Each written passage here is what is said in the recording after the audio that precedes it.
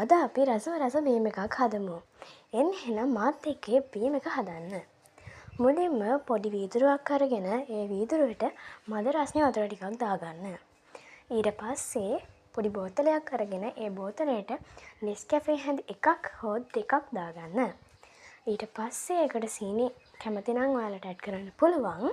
මම මෙතනදී සීනි ඇඩ් කරේ නැහැ.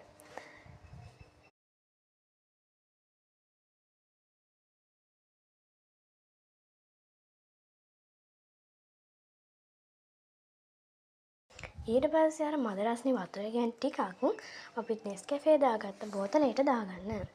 ඊට පස්සේ ඒකේ මූඩිය හොඳට තද වෙන්න වහලා ඒක හොඳින් හොදව ගන්න.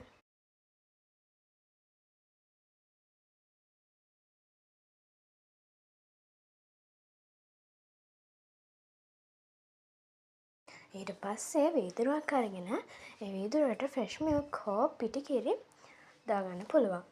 ඊට පස්සේ ඒ පිටි එක උඩට අපි අර හදාගත්ත නෙස්කැෆේ බීම් එක දාගන්න.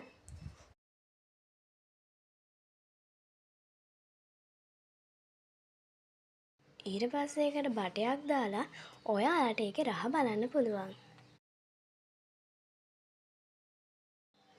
ඒක ඇත්තටම මා රහයි. ඔයාලා අනිවාර්යෙන් හදලා බලන්න.